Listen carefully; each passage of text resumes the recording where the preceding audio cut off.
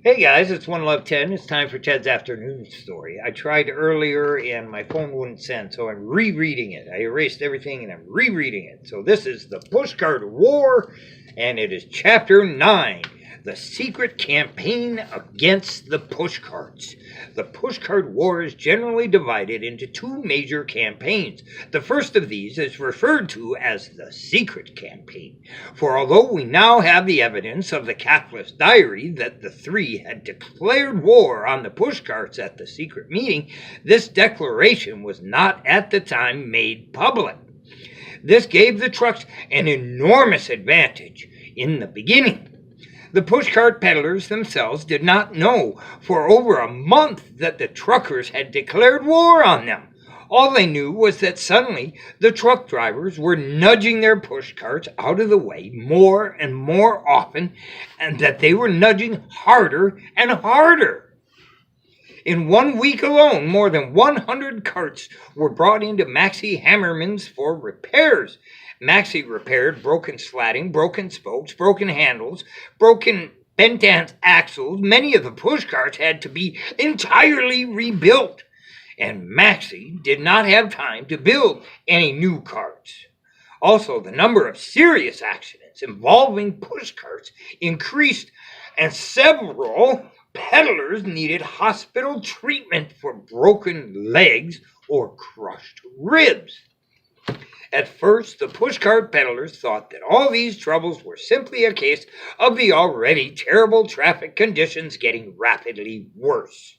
Then they began to hear puzzling remarks from people standing on street corners. Whenever someone complained about the traffic, there was always someone else on hand to say, "I hear it is the pushcarts that are to blame." People always said, "I hear." Where they heard, nobody was for sure. A great many of rumors probably came from readers of a weekly newspaper called The Ears and Eyes of the Lower East Side. This paper was published as a community service by LEMA, the Lower East Side Moving Association. The Ears and Eyes were given away free to grocery stores to pass on to their customers. It was also sent free to members of the city council and other important people. The Ears and Eyes, there was a regular column by a man who signed himself the community reporter.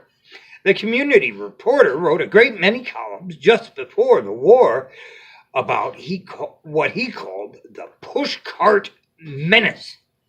The community reporter reported that people wanted to get rid of the pushcarts in order to make the streets of the city safer and more attractive. He said that people said the pushcarts were unsound and unsanitary. The community reporter was always telling people about what people wanted. Before he began writing about the pushcart menace, he wrote about trees. He said that people also wanted to get rid of the trees planted along the sidewalks of the city so that the streets could be wider and more attractive. He said that trees were unsanitary too, because leaves were always falling on the sidewalk. The community reporter said that people thought the streets should be wider and more attractive, even if it meant getting rid of the sidewalks in some of the houses and schools and churches and small candy stores. Many of these were unsound and unsanitary anyway, he said. However, in the spring before the war, it was mainly the pushcarts that the community reporter wrote about. He made it sound as if pushcarts were even more unsound and unsanitary than trees, houses, schools, churches, and candy stores. It is uncertain how many people read the Ears and Eyes. Some grocers said that they had trouble giving it away as most of their customers did not mind a few leaves falling off the trees. But enough people did see the community reporter's column for one of the more respectable daily papers to announce a series entitled Pushcarts, Are They a Menace to Our Streets? As part of this series, a reporter interviewed Mo Mammoth.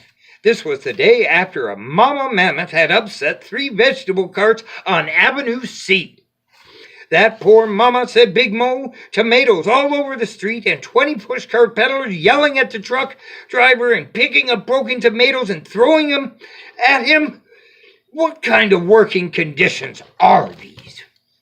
Are you saying the pushcarts are a menace? Asked the reporter.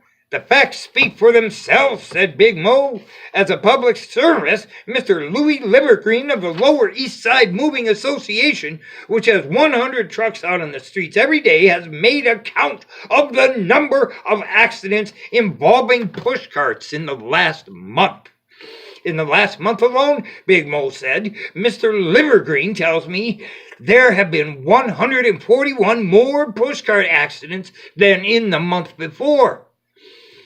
My own drivers, Big Mo added, have orders to report every pushcart accident that they see, and they say that they are held up by pushcarts several times a day. And you think that these accidents are tying up the traffic? Asked the reporter. That is what my drivers say, said Big Mo. Of course, we all know the pushcarts are not designed for modern traffic conditions. When Maxie Hammerman read that last remark, he was so angry that he threw his hammer through his own shop window. Not designed, he roared at Frank the Flower, who had stopped by Maxie's shop to have a few bolts tightened on his cart. Someone is saying that a pushcart is not designed. A pushcart is perfectly designed, Maxie said, glowering at his broken window. Look now, he said, slapping the side of Frank the Flower's cart. Look how compact, so it shouldn't take up too much space in a crowded street. I'm not complaining, said Frank the Flower. Designed, growled Maxie Hammerman, normally a pleasant-tempered man. He was really very insulted. Designed, Maxie went on. What I would like to get my hands on designing is Mr. Mo Mammoth. I give you my word, when I'm finished, he will be designed very much smaller. Maxie Hammerman was not the only one to take offense at Big Mo's remarks. All the pushcart peddlers were angry at Big Mo's blaming the accidents on them. Because the pushcarts are in the accident, does it mean we caused them? Asked Eddie Maroney, whose cart was not only well designed but beautifully lettered, coal and ice home delivered. Eddie Maroney had lettered circus carts and posters before he went into business for himself. Since when did a pushcart hit a truck? Eddie demanded. Believe me, it will give me pleasure, said Frank the Flower. What I don't like is unsanitary, said old Anna, who sold apples and pears of the best quality outside hospitals and museums. What is this unsanitary I am hearing about? Old Anna demanded. My cart is clean as a teacup I would drink from. How can I be unsanitary in front of hospitals? What do they mean, unsanitary? Plastic bags, maybe, said Frank the Flower. In the supermarkets, they put the apples and pears in plastic bags. Plastic, said old Anna, so you can't examine the fruit. That's why they have plastic bags. But people think it is more sanitary, said Frank the Flower. Sanitary, said old Anna, who sees whether the man who puts the fruit in the plastic bags has washed his hands. Every customer can see for himself that my hands are clean, said old Anna. You put apples in a plastic bag in the back room of a store, and who knows? Also, said Anna, I've noticed that apples in a plastic bag are 2 pounds for 29 cents. In a paper bag, such as I use, they are 3 pounds for 29. You ask me what is the menace, said old Anna, and I will tell you, it is the plastic bags. And that's Ted's afternoon story today. I'll be back tomorrow with Chapter 10, The Meeting at Maxie Hammerman's. The Pushcarts Decide to Fight. Thanks for tuning in. Don't forget to subscribe to One Love Ted Koch YouTube channel. Thanks. Appreciate it. See you later with a bedtime story.